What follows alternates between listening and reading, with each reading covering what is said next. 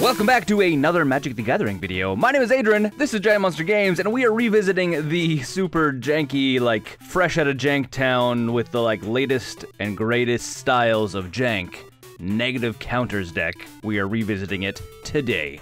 But before I actually break this deck down, I want to throw a huge shout out to all the Patreon supporters. You guys are helping make videos like this one possible, and all the other crazy videos that are going on the channel nowadays. Okay, let's get into the actual deck and talk about what we are doing. I'm actually gonna, instead of going over each card I'm replacing, I'm just gonna do a redeck deck. So if you've seen the other one, some of these cards are gonna look familiar, other cards are gonna look brand new. So the first couple cards we have, and these are old cards, they're from the original ones. We have Hapatra, Vizier of Poisons, and Nest of Scarabs. So both of these cards are allowing us to get a ton of tokens into play because we're kind of going wide. Usually we go wide for the win, not always wide, but sometimes wide. So these are going to allow us to get 1/1 creature tokens whenever we put -1/-1 counters on things. Hapatra also has the added benefit of whenever we deal combat damage to a player, you may put a -1/-1 counter on target creature. So it's the May ability, which means we could do it on one of our creatures, we can do it on all kinds of things. So if we have these guys out, we can just throw a -1/-1 counter on a creature, our creature, opponent's creature, doesn't really matter, still get snake tokens. And then Nest of Scarabs, whenever we put one or more -1/-1 counters on a creature, we get that many 1/1 black insect creature tokens. So for some things that are coming into play with 4 -1/-1 counters on them, we're gonna get 4 scarabs. Pretty easy, you get the idea. Speaking of cards that get a lot of counters, and these are both new ones, we have Dusk Urchins and Noxious Hatchling. So Dusk Urchins is a way of us actually drawing cards / constantly getting -1/-1 counters on a creature. So whenever it attacks or blocks, we get a -1/-1 counter on it. We put a -1/-1 counter on it. We have to. We don't get a choice. And then when it dies, we get to draw cards equal to the number of -1/-1 counters on this creature. So usually it's going to be 3 cards because usually by the time we're swinging in enough, it's eventually going to die and we're going to draw 3 cards, which accelerates us into the late game, which is the whole point of this card. And then Noxious Hatchling comes into play with 4 -1/-1 counters on it. And then whenever we play a green or black card, we get to remove one of the -1/-1 counters off of it. So eventually it grows into a 6/6. So usually when we play this guy, it's going to be a 2/2 for 4 mana, which sounds really bad. But because almost everything we have triggers off of getting -1/-1 counters put on creatures, it actually works out pretty well in our favor. And as I said before, it's easy to get the counters off this guy, so he can turn into a 6/6 beater later on. It's pretty fun if you ask me. Moving down to a couple other cards that you may have seen before, we have Skitter and Obelisk Spider. So Skitter, originally we had 4 in the deck, but I decided to go down to 2 because not always are we running against decks that have creatures in them. So we put 2 in the main board here, and we have 2 in the sideboard.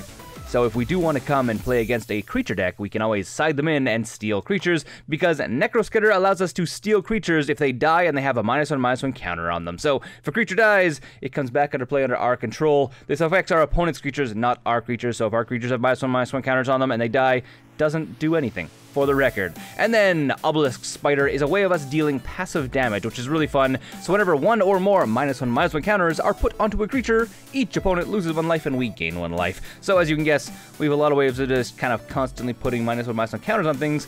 This is going to go a long way by just dealing a bunch of passive damage, especially against a deck where maybe we can't swing in, we're locked down. It's going to help us out there. Also, it has a neat benefit as well of 1, being bolt proof because it is 4 toughness, and whenever it deals damage to a creature, put a -1/-1 counter on that creature. So it actually technically deals 2 damage, 1 as a -1/-1 counter and 1 as a regular damage. The math works out a little weird, but it is there in theory. And then the last 2 cards we have in the creature section, we have Fume Spitter and we have a Duskwatch Recruiter. So Fume Spitter, you get it, sacrifice it, put a -1/-1 counter on target creature.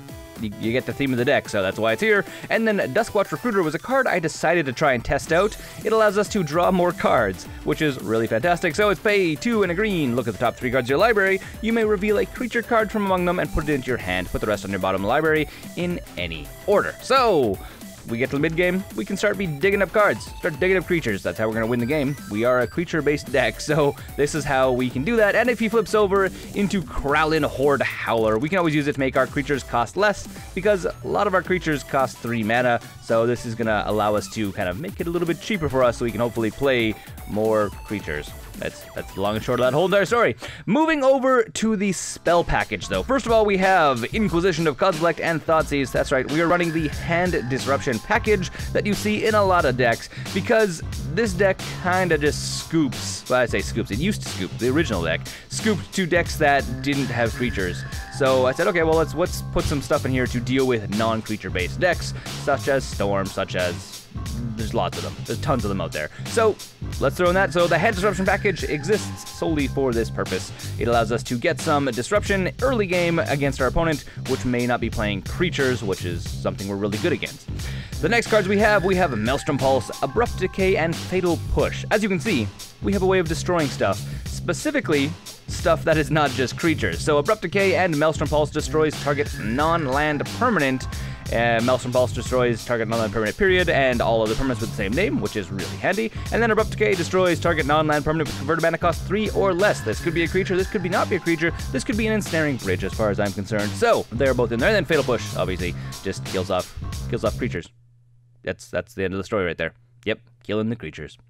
That's our removal package. So moving over to our lands, because land is also a very important thing with a upgraded deck. We are running 2 Bloodstained Mires, 2 Verdant Catacombs, and 4 Overgrown Tomb. This is the package I'm going to be using to fetch and shock my lands in, because I don't really want to buy 4 Verdant Catacombs because they are freaking expensive. I already own 2 Bloodstained Mires, and 2 Verdant Catacombs gets me all the way there. Also because most of our deck is black. We have some green cards, but we mostly have black cards. So Bloodstained Mire fetching up a swamp is okay for us as well, instead of having to always fetch up a Overgrown Tomb. Okay, moving over to the next 2 lands we have. We have Blooming Marsh and Hissing Quagmire. Blooming Marsh, obviously a fast land, enters the battlefield tapped unless we have 2 or fewer other lands. So if we're playing this on turns 1, 2, or 3, usually gonna come play untapped. And then Hissing Quagmire is a man land, just in case we need it. It's a backup of a backup of a backup. That's why it's in here. It has shown its true colors as being useful, but I'm only running 1 because that's how useful it is. It's just 1 playable, useful. And then the last 2 non-basic lands we have 2 copies of Field of Ruin and 1 copy of Ghost Quarter. Field of Ruin, obviously blowing up a non-basic land. Each player gets to go and fetch up a land, which is nice for us because we don't want to be losing out on too many lands. And then Ghost Quarter is we just blow up target land, which these guys are both good for different reasons, which is why we're running a mix of them rather than just, 3 Field Ruins or 3 Ghost Quarter. So combinations, always nice. And then we have 3 forests and 3 swamps as our basic land package, because who doesn't need basic lands once in a while?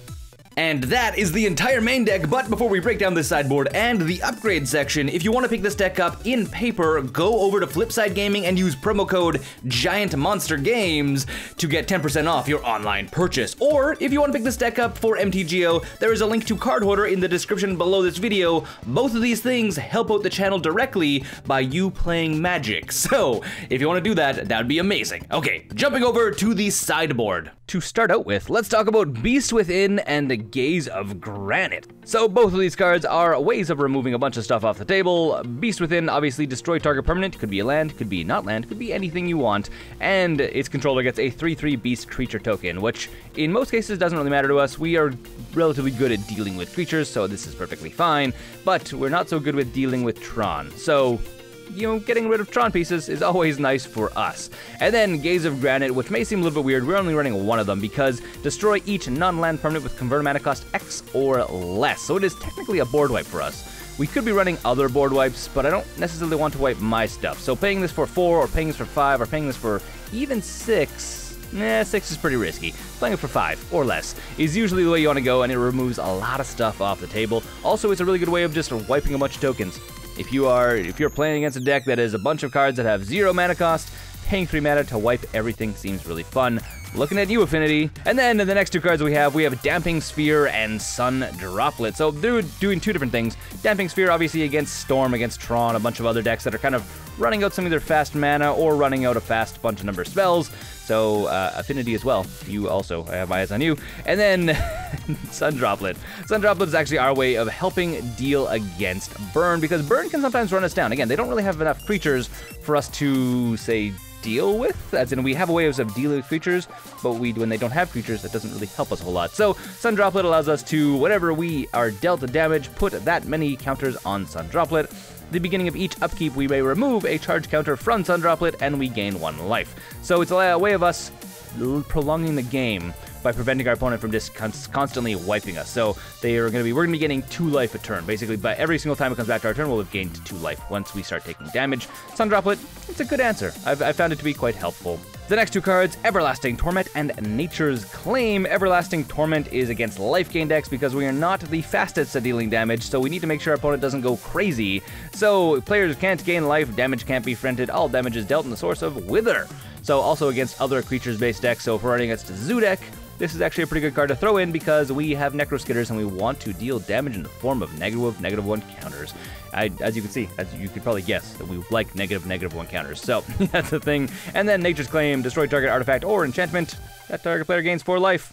Necroskitter and Relic of Progenitus are the last 2 cards we have on the sideboard.